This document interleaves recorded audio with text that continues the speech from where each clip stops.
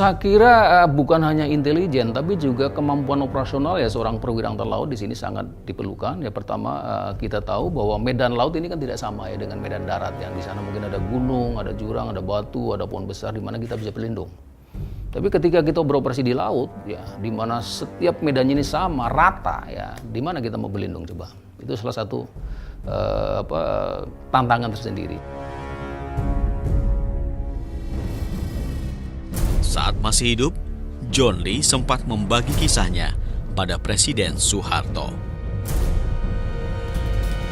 Maret 1949, kapal kami The Outlaw dengan ABK 18 orang dengan muatan penuh untuk keperluan para laskar pejuang bertolak dari pelabuhan Phuket, Thailand Selatan dengan sasaran ke Raja Ulak, Aceh Timur. Saat-saat The Outlaw hendak memasuki Sungai Raja Ulak, troli Belanda mencegat dan langsung menembaki kapal kami. The Outlaw tidak memiliki senjata. Segera kami putar haluan dan masuk ke muara Sungai Tamyang sebelah timur. Kami terus dihujani peluru dan sebuah peluru nyaris menembus leher kami. Namun, berkat perlindungan Roh Kudus Tuhan Allah dalam Yesus Kristus, kami diselamatkannya dan tidak satupun peluru yang berhasil mencelakakan kapal maupun anak buah. Sekurang-kurangnya 34 kali tembakan yang dilepaskan dan memang komandan kapal patroli Belanda berusaha sekuat tenaga mencari, memperoleh bintang Orde van de Nederlands Leeuw. Akhirnya, kapal patroli Belanda itu kehabisan peluru dan dengan kecepatan penuh berusaha untuk menabrak The Outlaw. Akan tetapi kandas di karang dan tidak dapat berbuat apa-apa lagi. Sehingga kami semua benar-benar bisa selamat. Seterusnya kapal kami arahkan memasuki Sungai Induk dan menyandarkan The Outlaw di bawah pepohonan yang rindang dan besar.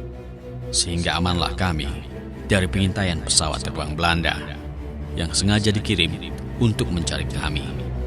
Sedang kami sendiri sebaliknya dapat dengan jelas melihat mereka. Mereka mengetahui kami menembus blokade terus-menerus, ya, sehingga ada berita-berita rahasia sampai di kampung-kampung, ya, bilang Mayor John Lee menembus blokade Belanda terus-menerus. Perjuangan John Lee menjadi senjata diplomatik di forum PBB. Duta Besar Indonesia Palar menampik klaim Belanda bahwa Indonesia tidak berdaya di laut. Saat John Lee tiba di Thailand, radio BBC London menyiarkannya bahwa The Outlaw, the black speedboat, arrived safely in Phuket. Itu yang bikin marah mereka. Dan Om Babek Palar katakan, lihat, bukan saya yang katakan, British Broadcasting Company. The black speedboat, the Outlaw, arrived safely in Phuket. Itu saya sendiri. Saya sendiri memberi itu nama The Outlaw. The Outlaw itu bebas. The Outlaw ini panjangnya hanya kira-kira 34 meteran ya.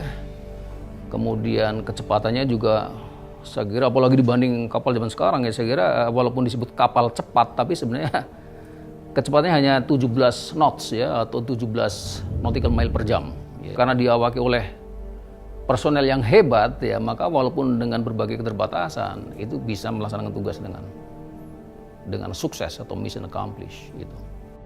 Di masa jayanya, John Lee, ke-18 awak kapal dan The Outlaw amat tersohor.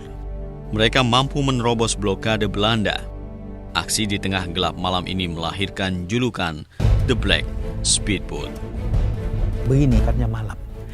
Kalau siang itu rakyat yang lain banyak melihatnya. Mungkin nanti kalau ada senjata di situ, mana tahu ini rakyat ini kan banyak ada pro ada kontra juga ya kan. Ya nanti dikejar tentara Belanda ya. 1946, ia tiba di Tanjung Priok. Awal perjuangannya dimulai dengan bergabung dalam Kesatuan Rakyat Indonesia Sulawesi. Ia bertekad mengabdikan diri serta pengetahuannya tentang kelautan. John Lee mau pangkat apa?